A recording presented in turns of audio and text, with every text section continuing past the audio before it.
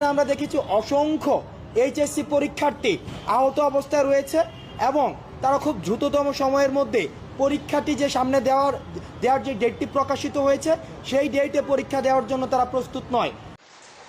অবশেষে 11 সেপ্টেম্বর থেকে শুরু হওয়া এসএসসি পরীক্ষার্থীদের বিষয়ে সমন্বয়করা মুখ খুললেন।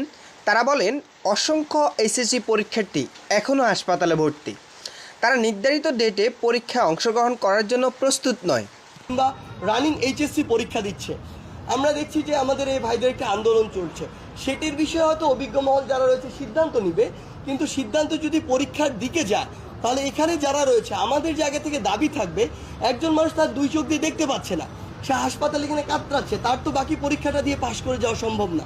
তাকে ওই বিবেচনাটুকু করতে হবে, যেই বিষয়গুলোর পরীক্ষা হয়েছে সেগুলোর উপরে তার যে জাজমেন্ট সেটি করতে হবে। এর পাশাপাশি অন্য সমন্বয়ক সার্জিস আলম বলেন, এই পরিস্থিতিতে পরীক্ষা না নিয়ে যে পরীক্ষাগুলো হয়েছে তা বিবেচনা করে মূল্যায়ন করা হবে। দ্বিতীয় যে বিষয়টি, এইচএসসি পরীক্ষার্থীরা, আমি ব্যক্তিগতভাবে মুগ্ধা মেডিকেলে গিয়েছি, ঢাকা মেডিকেলে গিয়েছি, নিউরো সায়েন্সে গিয়েছি, সেখানে আমরা দেখেছি অসংখ্য এইচএসসি পরীক্ষার্থী আহত অবস্থায় রয়েছে এবং তারা খুব দ্রুততম সময়ের মধ্যে পরীক্ষাটি যে সামনে দেওয়ার যে ডেটটি প্রকাশিত হয়েছে সেই ডেটে পরীক্ষা দেওয়ার জন্য তারা প্রস্তুত নয়।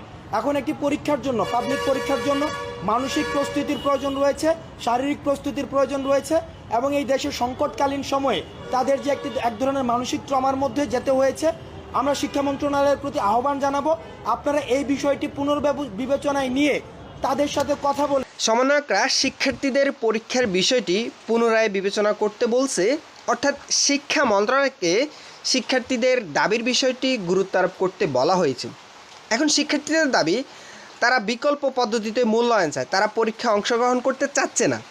সেটি অটোপাস হতে পারে, অথবা এসএসসি পরীক্ষায় যে নাম্বার পেয়েছে তার উপর ভিত্তি করে, অথবা যে পরীক্ষাগুলো তারা দিয়েছে সেগুলোর উপর ভিত্তি করে তাদের ফলাফল প্রকাশ করতে বলা হয়েছে। তো এখন দেখার বিষয়, শিক্ষা মন্ত্রণালয় কিভাবে তোমাদেরকে মূল্যায়ন করে নাকি তোমাদের পরীক্ষা নেয়, এখন সেটি দেখার বিষয়। আর তোমরা কি চাও? তোমরা কি পরীক্ষা চাও নাকি অটোপাস, নাকি তোমরা যে পরীক্ষাগুলো দিয়েছো তার উপর ভিত্তি করে তোমাদের রেজাল্ট দেওয়া হোক এই বিষয়টি, নাকি তোমরা এসএসসি পরীক্ষায় যে ফলাফল পেয়েছো তার উপর ভিত্তি করে? প্রিয় শিক্ষার্থীরা, তোমরা অবশ্যই কমেন্ট করে জানিয়ে দিবা তোমাদের মতামত। আর তোমাদের এসএসসি পরীক্ষা সংক্রান্ত আপডেট তথ্য পাওয়ার জন্য অবশ্যই চ্যানেলটি সাবস্ক্রাইব করে সাথে থাকবা, আর এই ভিডিওতে অবশ্যই একটা লাইক করে দিবা। ধন্যবাদ সবাইকে।